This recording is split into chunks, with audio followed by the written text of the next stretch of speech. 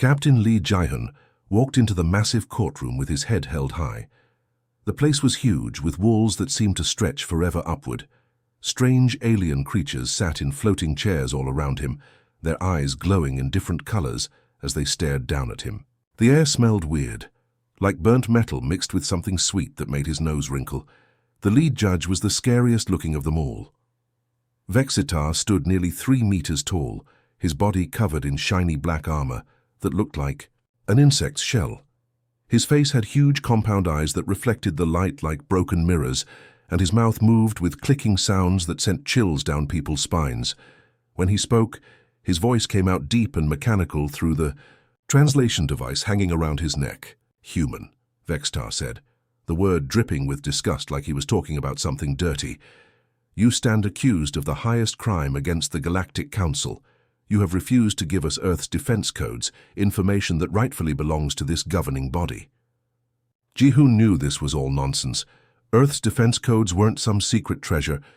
They were basic protection systems that any civilized world should have the right to keep private. But the Council wanted to control everything, and Earth was still too small and weak to fight back. At least that's what they thought. The sentence for this crime of defiance, Vexitar continued, his mandibles clicking together like scissors, is exile to planet Mordak. You will be dropped there with basic supplies and left to survive as best you can. A wave of whispers spread through the courtroom. Even the other alien species, some of whom had their own problems with the Council, looked shocked. Planet Mordak wasn't just any prison world. It was known throughout the galaxy as the place where things went to die. The few exploration teams that had ever been sent there simply vanished. Their ships would go silent within days, sometimes hours. "No creature has ever returned from that cursed world," Vexitar added, clearly enjoying the fear he expected to see in Ji-hoon's eyes. "The beasts that live there are beyond description. They hunt anything that moves and show no mercy, but instead of begging or crying like most prisoners did when they heard their death sentence, Ji-hoon just stood there calmly. His dark eyes didn't show fear or panic. Instead, he looked almost interested, like someone had just told him about a challenging puzzle he wanted to solve. "How long do I have to prepare?" Ji-hoon asked in a steady voice. The question caught everyone off guard. Vexitar's compound eyes seemed to dim for a moment as he processed what he'd just heard. The other council members started whispering among themselves, their various alien languages creating a buzzing sound that filled the courtroom. Most beings who received this sentence would spend their last hours screaming, fighting, or trying to bargain for their lives. Some would collapse and have to be dragged to their transport ships. Others would promise to give up any information they had in exchange for a quick death instead of being fed to whatever monsters lived on Mordak. But this human was asking about preparation time like he was planning a camping trip. Vexitar leaned forward in his floating chair, studying Ji-hoon more carefully. There was something about this human that didn't fit the pattern. Humans were supposed to be weak, emotional creatures who broke easily under pressure. That's what all the reports said. That's why the Council had been confident that threatening one human would make all of Earth surrender their independence. "You leave within the hour," Vexitar finally replied, his voice carrying a note of uncertainty that he tried to hide. "Use that time however you wish. It will make no difference in the end." Ji-hoon nodded once like he was accepting a dinner invitation rather than a death sentence. "I'll need my personal equipment and whatever supplies you're willing to give me. You will receive standard exile provisions," another council member spoke up. This one looked like a giant bird with too many wings. 1 week of food, basic water recycling equipment, and emergency shelter materials. "What about weapons?" Ji-hoon asked. The question made several council members laugh, though their alien laughter sounded more like screeching or grinding metal. The idea that a primitive human weapon could help against the legendary beasts of Mordak was apparently very funny to them. "You may keep your sidearm," Vexitar said, his mandibles clicking in what might have been amusement. "It will provide you with false hope before the end comes. Perhaps that is a mercy." As the guards moved forward to escort Ji-hoon away, he took one last look around the courtroom. His eyes met those of several council members, and each one felt a strange chill. There was something in that human's gaze that spoke of hidden strength, of plans forming behind those dark eyes. The last thing Vextar heard before the courtroom doors closed was Ji-hoon speaking quietly to one of the guards, asking about the climate on Mordak and what kind of terrain he should expect. The human sounded like he was genuinely curious about his new destination, not terrified of dying there. For the first time in centuries of passing death sentences, Vextar felt a tiny seed of doubt growing in his mind. The escape pod screamed through Mordak's atmosphere like a falling star, its heat shields glowing white-hot as it punched through the thick, rust-colored clouds. Ji-hoon gripped the safety harness tightly, feeling his teeth rattle as the small craft shook violently.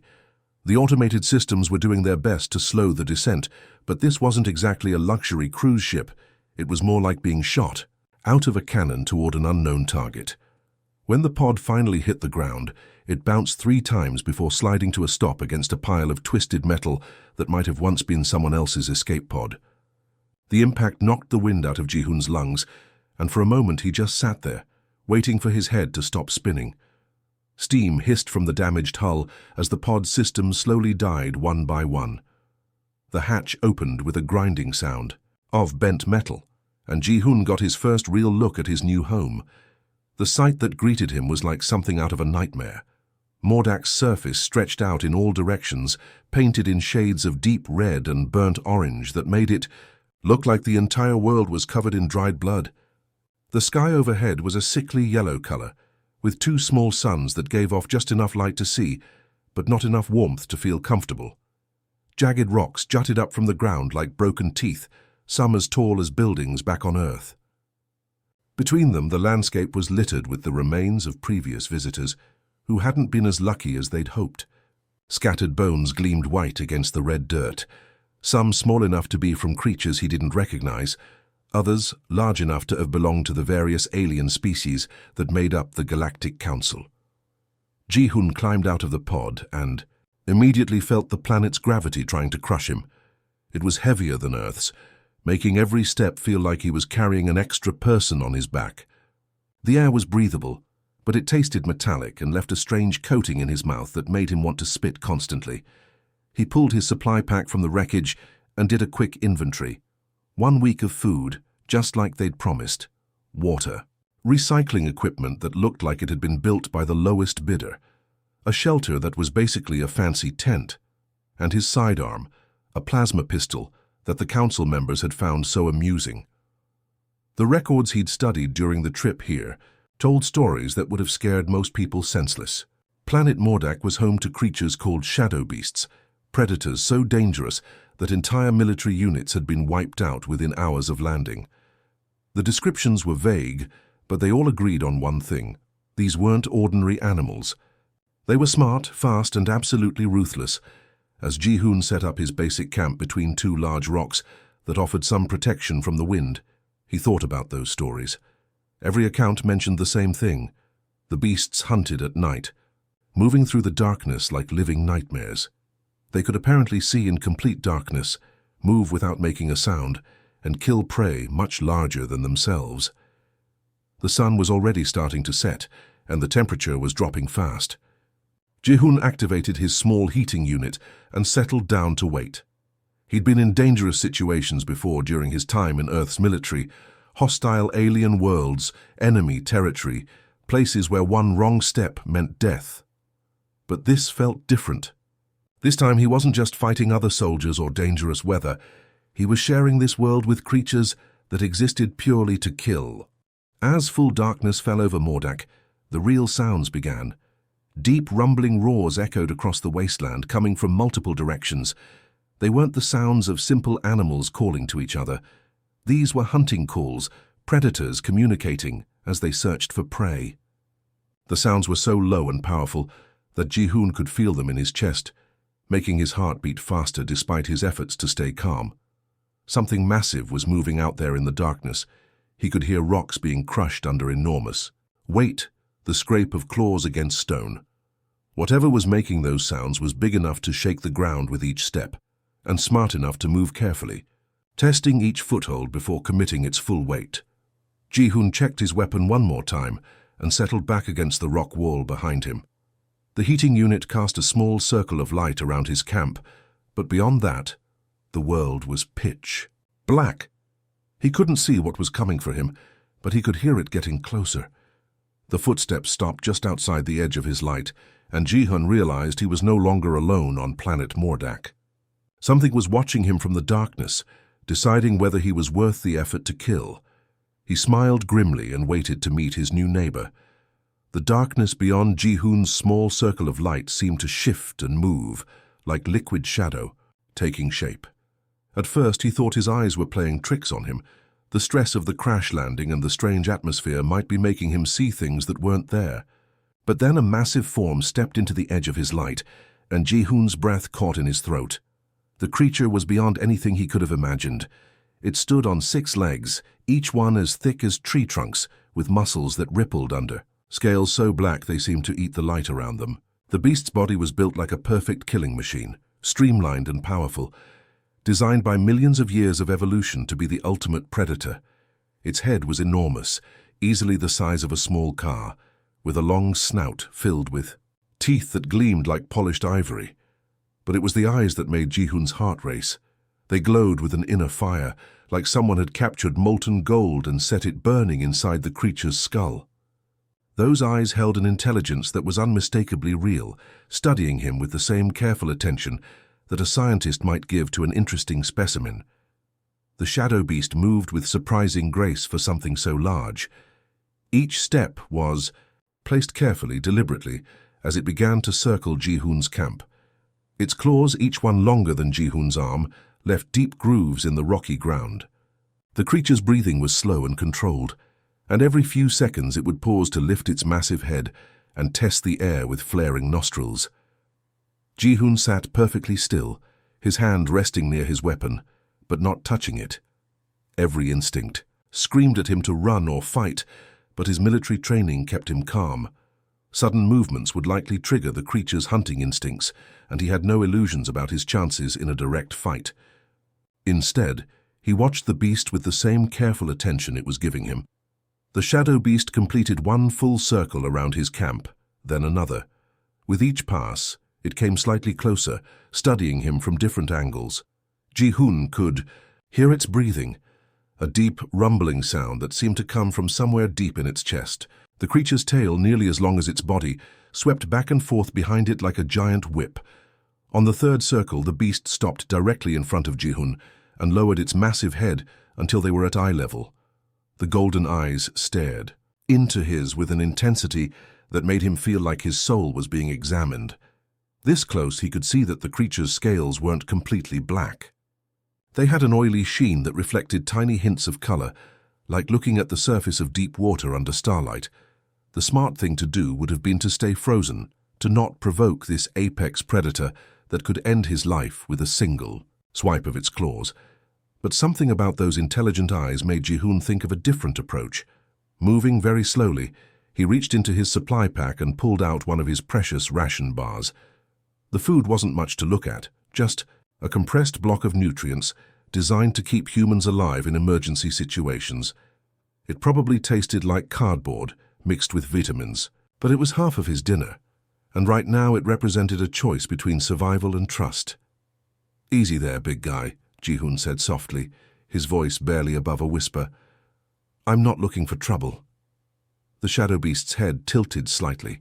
At the sound of his voice, those golden eyes never leaving his face. Very carefully, Ji-hun broke the ration bar in half and tossed one piece toward the creature. His throw was gentle and deliberate, landing the food about halfway between them. What happened next surprised him completely.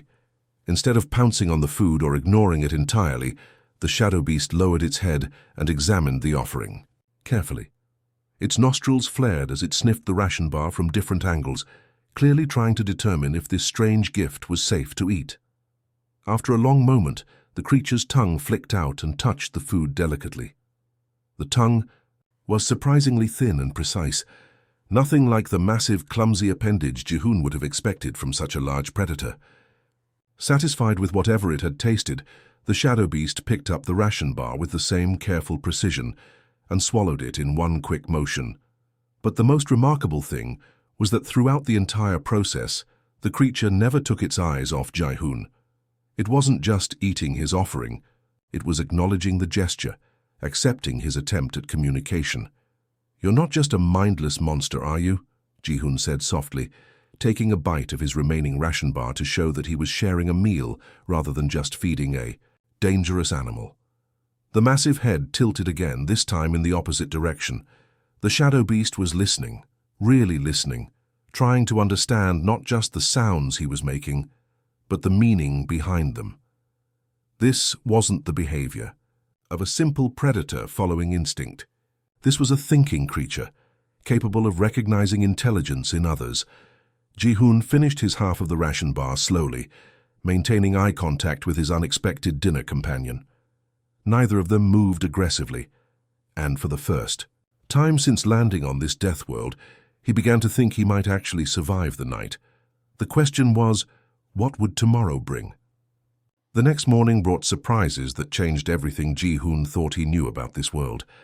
When he woke up, there was fresh water waiting for him in a natural stone bowl that definitely hadn't been there the night before. The water was crystal clear and tasted better than anything that had come from his recycling equipment. Someone or something had brought him a gift while he slept. As the days went by, a routine began to develop. Each evening, just as the twin suns started to set and paint the sky in shades of orange and purple, the massive shadow beast would appear at the edge of his camp. She always approached from a different direction, moving like a shadow given form, but her visits became as regular as clockwork.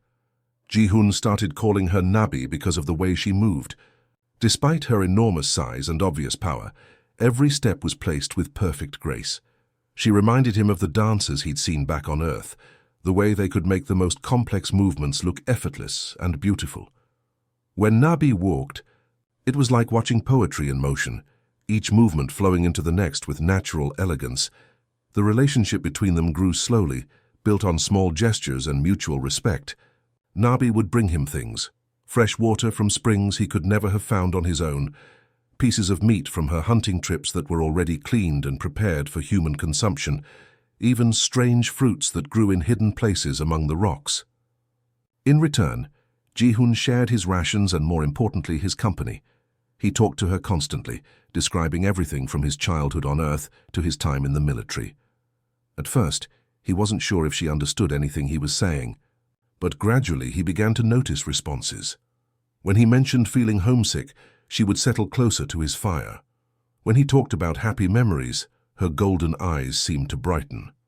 When he spoke about the injustices he'd witnessed, she would make a low rumbling sound that felt like agreement. The breakthrough came when Ji-hoon decided to explore beyond his immediate crash site. Nabi followed at a distance, clearly protective, but giving him space to discover things on his own. What he found changed his understanding of everything the Galactic Council had told him about this world. Hidden among the jagged rocks and scattered bones were ruins, not just random piles of stone, but carefully constructed buildings that had once been beautiful and functional. The doorways were massive, clearly designed for beings much larger than humans. The hallways were wide enough for creatures to move side by side. Most telling of all, there were ramps instead of stairs, perfect for beings who walked on 6 legs instead of 2. As Ji-hoon explored deeper into the ruins, he found more evidence of a lost civilization. There were carved symbols on the walls that looked like some kind of writing system, the remains of what might have been art or religious symbols. Even the ruins of what appeared to be communal gathering spaces, places where large groups of these creatures had once come together for social activities. The architecture wasn't random or primitive. These buildings had been designed by intelligent beings who understood engineering, who appreciated beauty, who had built a society complex enough to require different types of structures for different purposes. This wasn't the remnant of some savage species. This was proof of a civilization that had been destroyed. That evening, when Nabi arrived for her usual visit, Ji-hoon was waiting with questions written all over his face. He gestured toward the ruins he'd explored, then back to her, trying to communicate what he'd discovered. Her response was immediate and heartbreaking. The great beast lowered her massive head and made a sound unlike any he'd heard from her before. It was a keening wail, full of grief and loss that needed no translation. "This was your home, wasn't it?" Ji-hoon asked softly. "This whole planet. These weren't just random ruins, this was your people's world. Nabi's golden eyes met his, and in them he saw confirmation of what he'd already begun to suspect. The Galactic Council hadn't exiled him to some monster-infested prison world. They'd sent him to the graveyard of an entire species, one that had been wiped out and then labeled as savage beasts to justify what had been done to them. That night, as Ji-hoon sat beside his fire with Nabi resting nearby, he felt an anger building. Inside him that was different from anything he'd experienced before. It wasn't the hot, quick fury of combat or the frustration of dealing with stupid orders. This was a cold, deep rage that settled into his bones and promised to stay there until something was done about it. "They lied about you," he whispered, reaching out to touch the warm scales of Nabi's neck. She allowed the contact, even seemed to enjoy it, her massive form relaxing under his gentle touch. "They destroyed your people, and then called you monsters to make themselves feel better about it. Just like they lie about my people, calling us primitive and dangerous when all we want is to be left alone." The rumbling purr that came from deep in Nabi's chest told him everything he needed to know. She understood, not just his words, but the injustice behind them. She recognized a kindred spirit, someone else who had been wronged by the same corrupt system. As he sat there in the growing darkness, stroking the scales of a creature that was supposed to be a mindless killer, Ji-hoon began to formulate a plan. The council had made a mistake when they sent him here to die. They'd given him the one thing that could destroy them, the truth and a witness to tell it. The attack came without warning on Ji-hoon's 5th day of exploring the ancient ruins. He'd been documenting the carved symbols on a partially collapsed wall, trying to piece together the story they told when the first creature struck. It came from above, dropping from a rocky ledge like a nightmare made of teeth and claws. The thing was about the size of a large wolf, but built completely wrong. Its body was too long, its legs bent at angles that hurt to look at, and its mouth opened far wider than should have been possible. Rows of needle-sharp teeth filled that impossible jaw, and its eyes were solid black, showing no intelligence at all, just hunger. Ji-hoon rolled to the side just as the creature's claws raked the spot where he'd been standing, leaving deep gouges in the stone. His hand went to his plasma pistol, but before he could draw it, he heard the sound that made his blood run cold. The hunting calls of more creatures, echoing from different directions around the canyon. They'd surrounded him. 5 more of the twisted predators emerged from hiding spots among the rocks, moving with the coordinated precision of a pack that had hunted together many times before. These weren't random scavengers looking for an easy meal. They were organized, intelligent enough to set up an ambush, and they'd been watching him long enough to know his patterns. The first creature lunged again, and this time Ji-hoon's pistol cleared its holster. The plasma bolt caught the beast center, mass burning a hole through its chest and dropping it instantly. But the smell of burning flesh only seemed to excite the others. They began to circle him, staying just out of range of his weapon, testing his defenses. Ji-hoon backed against the canyon wall, trying to keep all 6 remaining creatures in sight. His pistol had maybe 20 shots left, and these things were fast, enough that he might only get one chance at each of them. The math wasn't looking good, and they seemed to know it. The largest of the pack, a monster with scars covering its hide from previous battles, let out a howling cry that was answered by its packmates. They were about to rush him all at once. Too many targets for him to handle alone. Ji-hoon raised his weapon and prepared to take as many of them with him as possible. That's when the canyon exploded into violence. Nabi came over the rim of the canyon like an avalanche given purpose. Her landing shook the ground hard enough to knock 2 of the smaller predators off their feet, and before they could recover, her claws had ended their hunting days forever. The remaining creatures spun to face this new threat, and Ji-hoon saw something he'd never forget. Nabi wasn't just fighting. She was surgical in her precision, each movement calculated for maximum effect with minimum wasted energy. When the scarred pack leader leaped at her throat, she caught it in midair with one massive claw and slammed it against the canyon wall hard enough to leave a crater in the stone. Another creature tried to attack her from behind, but her tail whipped around and sent it flying 30 meters to crash into a pile of rocks. The last 2 predators, seeing their pack being systematically destroyed, tried to run. Nabi let them go, She wasn't interested in meaningless slaughter. She'd simply eliminated the immediate threat to her human companion. As the echoes of battle faded, Ji-hoon found himself staring up at Nabi with a mixture of awe and gratitude. She'd crossed half the canyon in seconds when she heard the sounds of fighting, risking her own safety to protect someone who, by all rights, should have been just another piece of prey to her. "Thank you," he said simply, knowing the words were inadequate, but needing to say them anyway. Nabi's response was to lower her massive head and gently nudge him with her snout, checking for injuries. Her touch was surprisingly gentle for such a powerful creature, careful not to hurt him, even as she examined every inch to make sure he was unharmed. That night, their relationship changed in ways that went beyond simple friendship. As they sat by the fire, Nabi moved closer than she ever had before, close enough that Ji-hoon could feel the warmth radiating from her massive body. For the first time, she allowed him to really examine her, to run his hands along her scales and explore the details of her incredible form. What he found broke his heart. Hidden beneath her beautiful black scales were scars, dozens of them, telling the story of battles fought long before he'd arrived on this world. These weren't the random marks left by fights with other predators. These were precise wounds, the kind left by energy weapons and military-grade equipment. Someone had fought Nabi before, someone with advanced technology and coordinated tactics.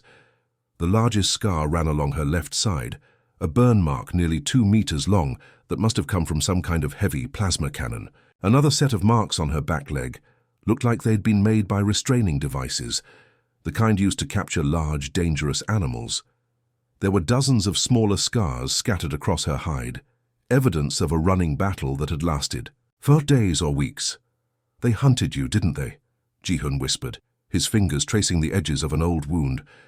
"The council sent forces here to eliminate your people, and you were one of the few who survived." Nabi's rumbling purr had a different quality to it now, sadder, full of memories that she couldn't share but that Ji-hoon could see reflected in her golden eyes.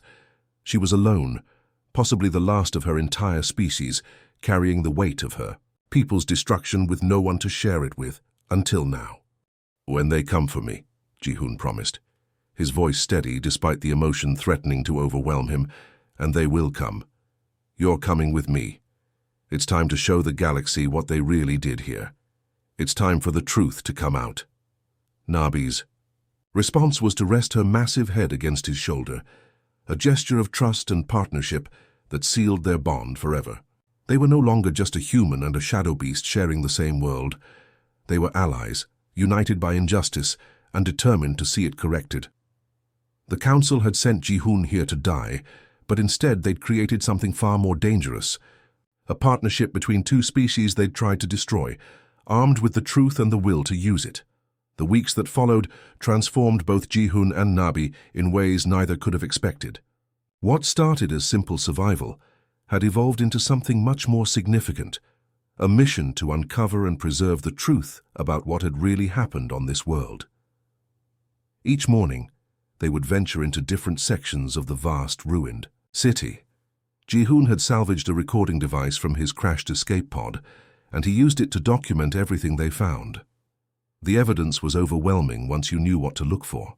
The buildings weren't randomly destroyed by time or natural disasters.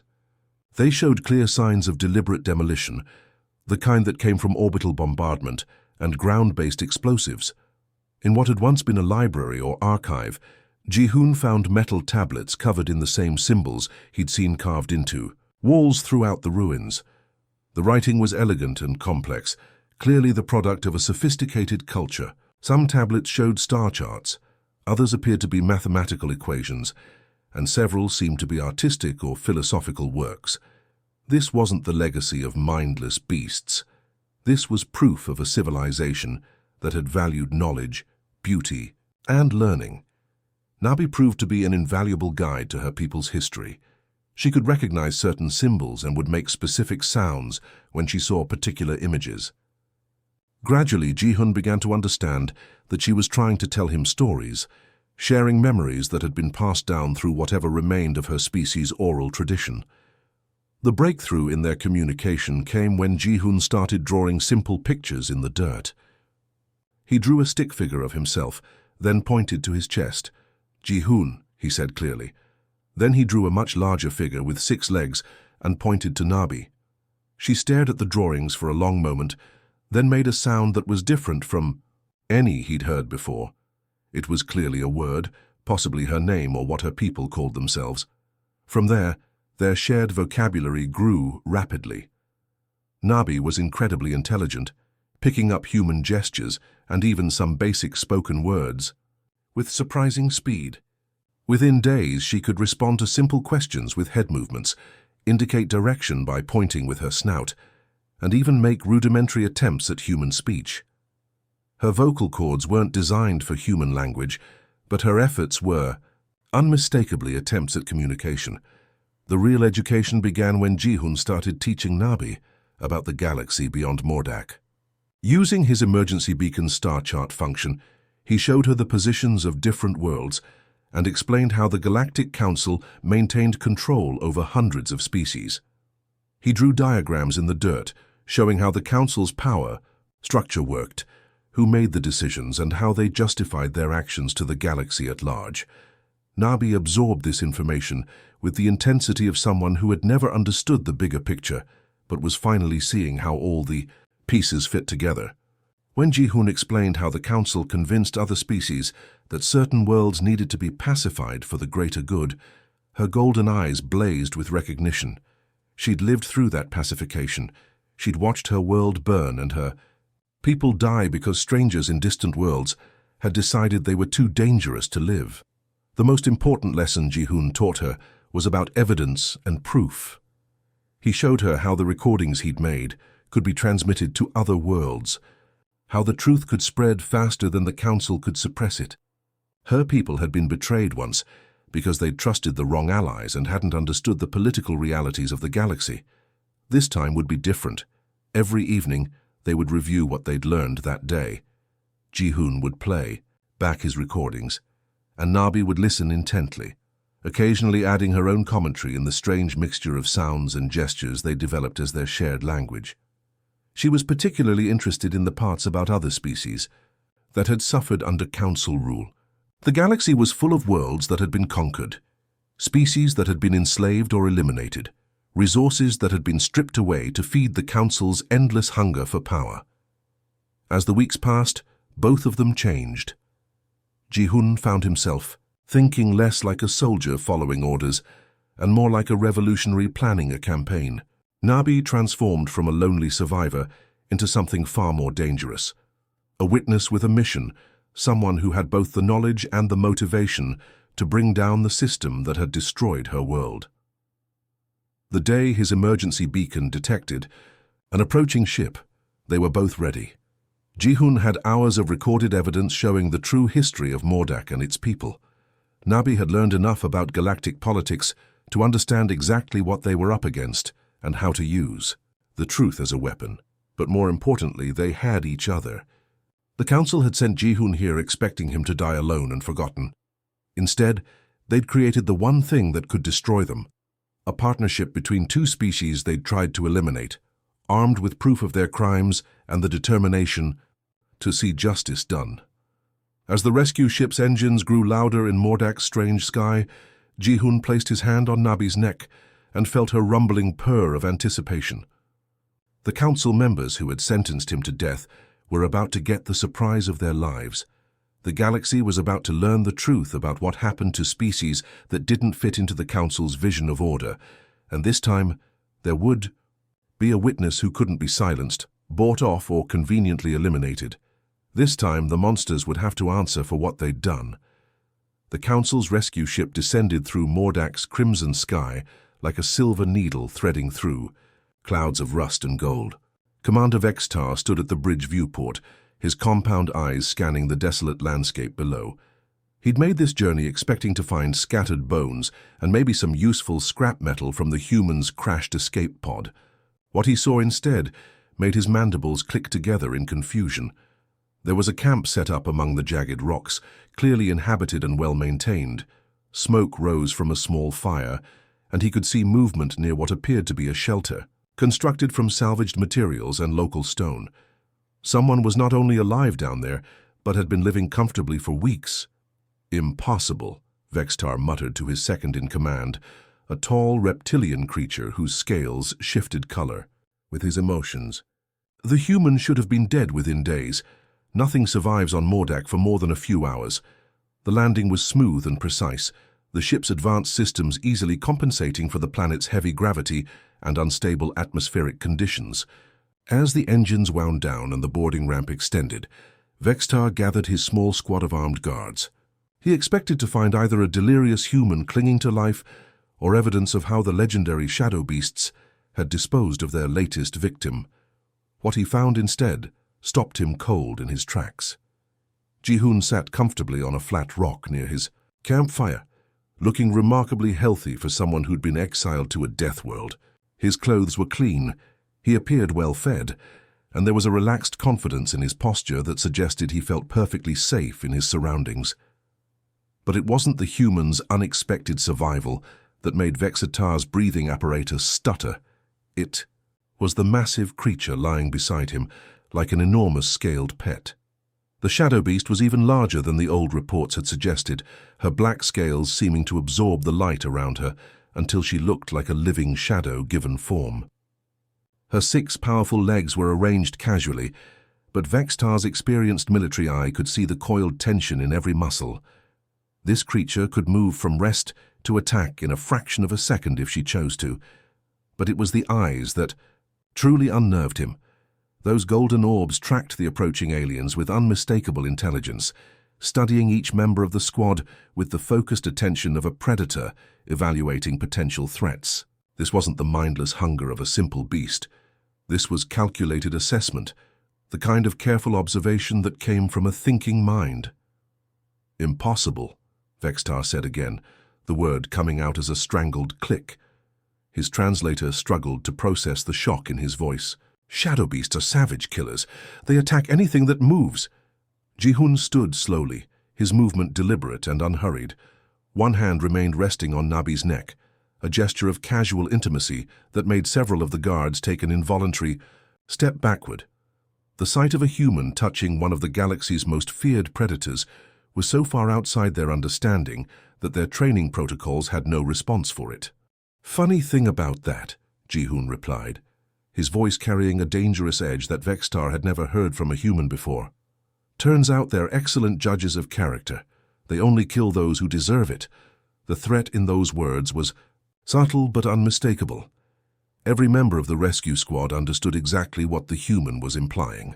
The creature beside him wasn't just a tamed animal or a fortunate coincidence. It was a partner, an ally, and quite possibly an executioner, waiting for the right moment to act. Nabi shifted slightly, rising to a more alert position without actually standing.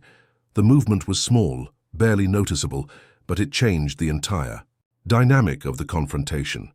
Suddenly, the armed guards with their military-grade weapons felt very small and vulnerable. Their plasma rifles, which could punch through starship armor, seemed pathetically inadequate when faced with 30 tons of perfectly evolved killing machine. "This cannot be real," whispered the reptilian's second-in-command, his scales cycling through colors that indicated extreme stress. The reports all said they were mindless predators. They're supposed to be barely above the intelligence level of wild animals. Ji-hoon's smile was cold and sharp.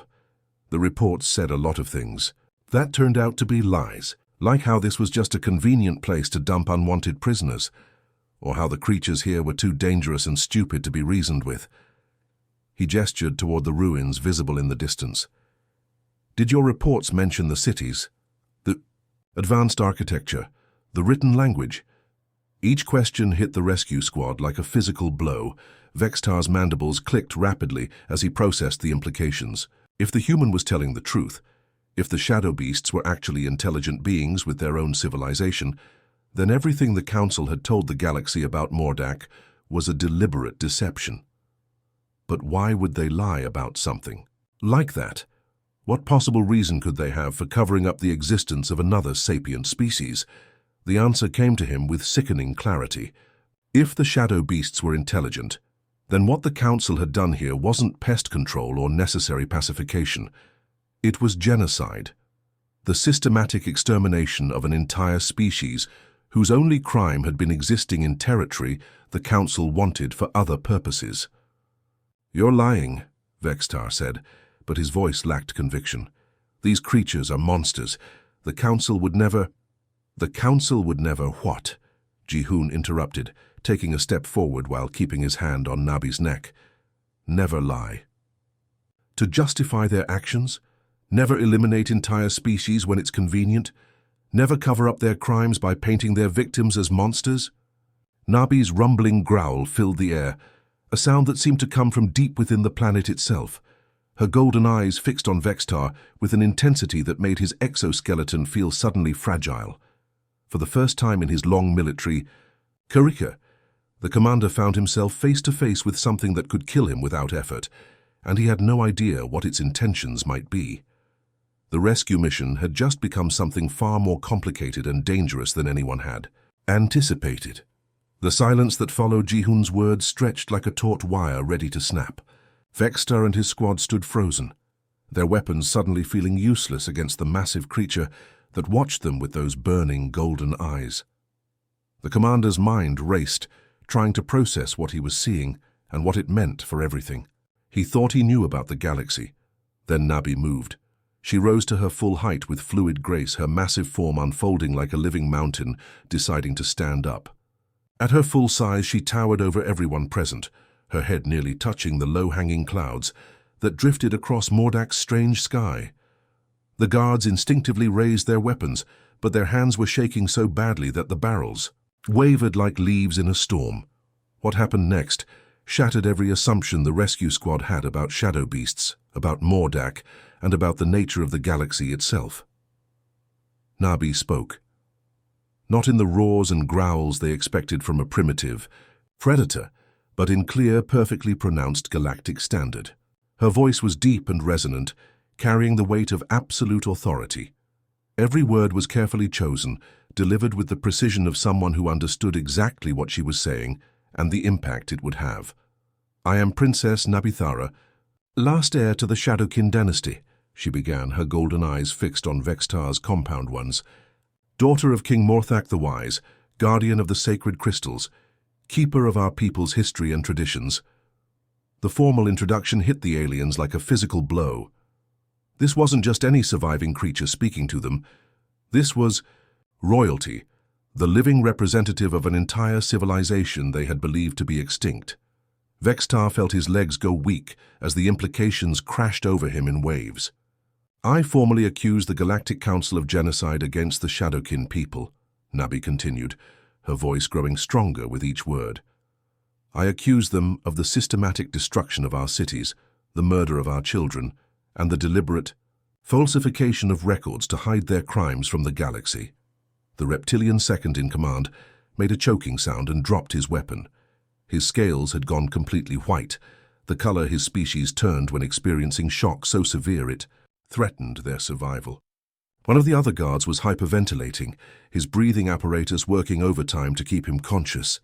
"I demand reparations for my people," Nabi declared, her words carrying the formal weight of ancient diplomatic protocols.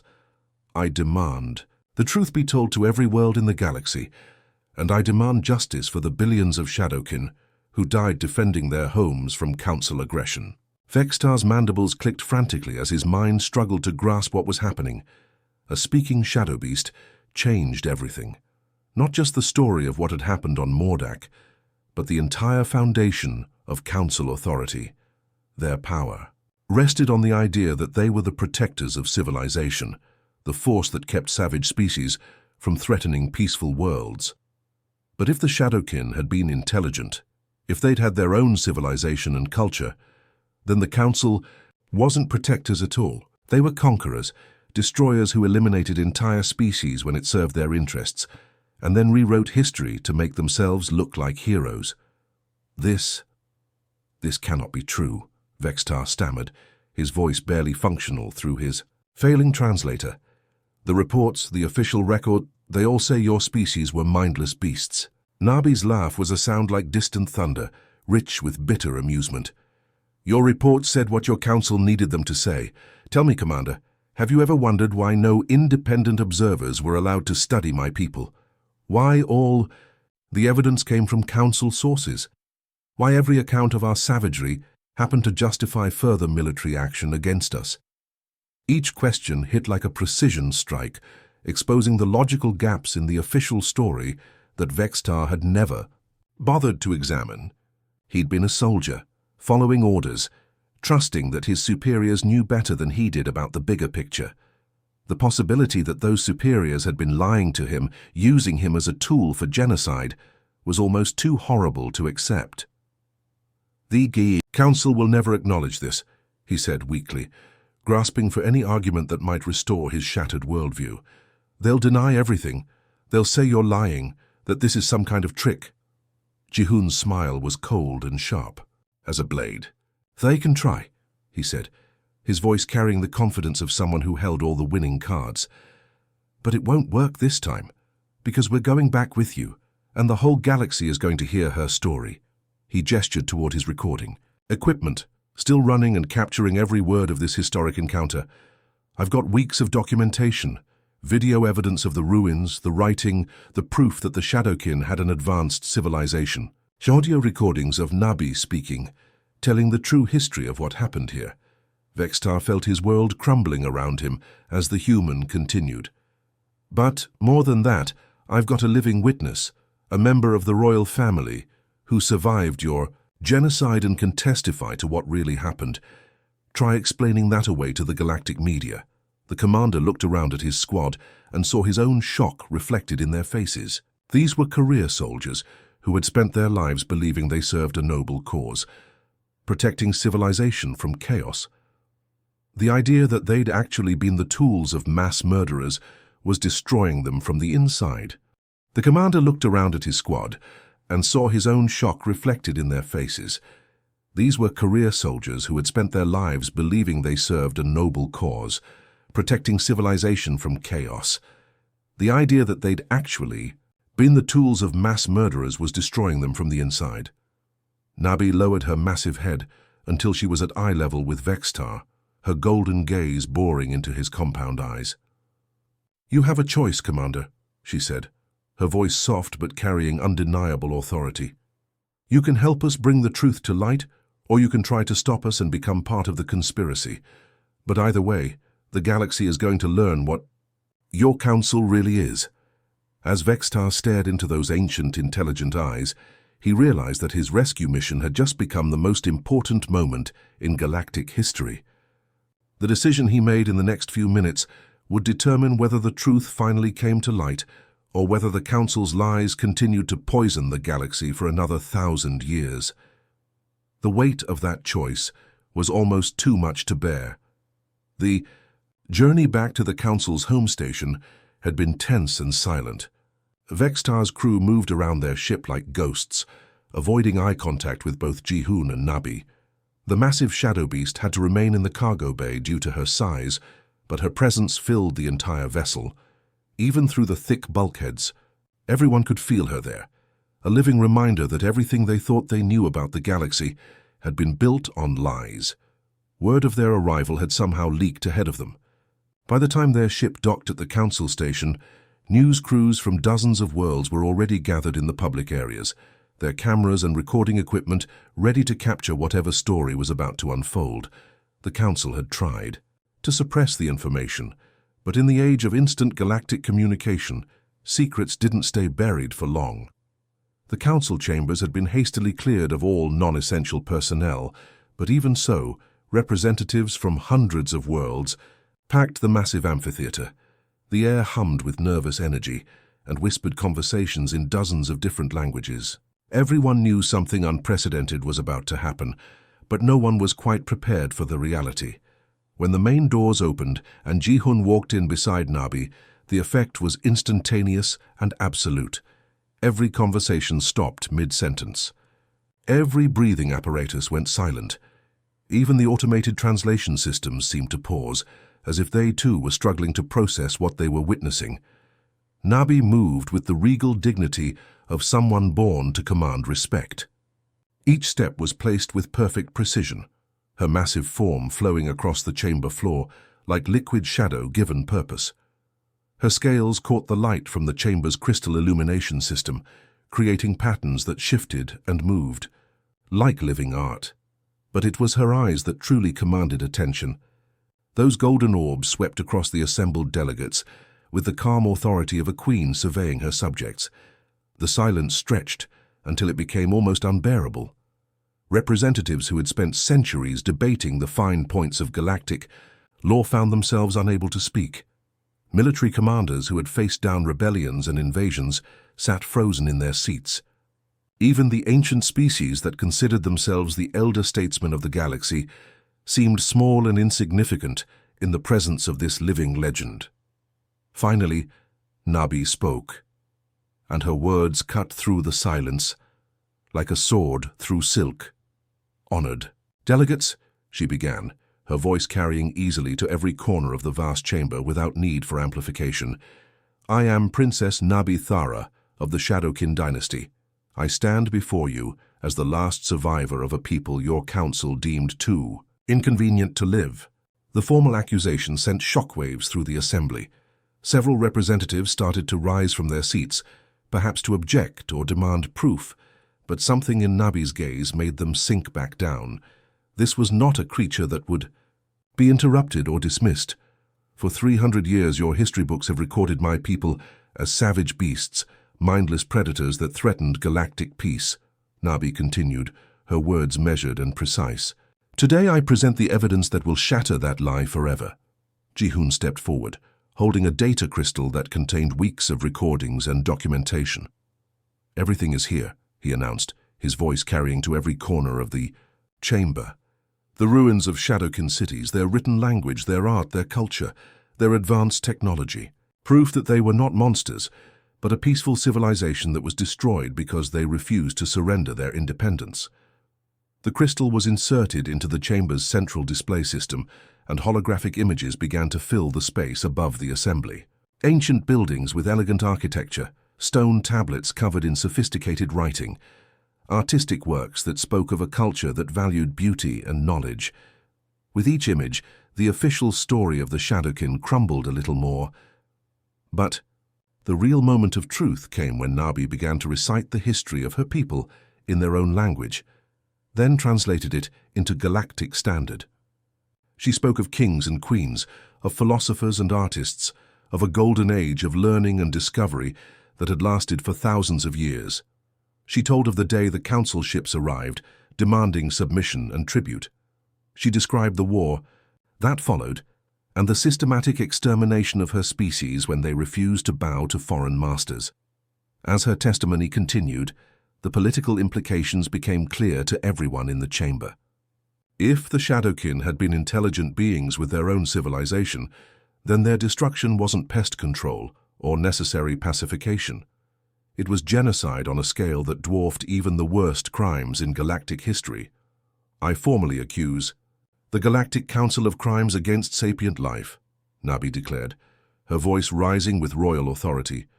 "I demand reparations for my people, justice for their memory, and a full investigation into how many other species have suffered the same fate." The chamber erupted into chaos. Representatives shouted questions and accusations at each other. Military commanders demanded to know how their forces had been used without their knowledge.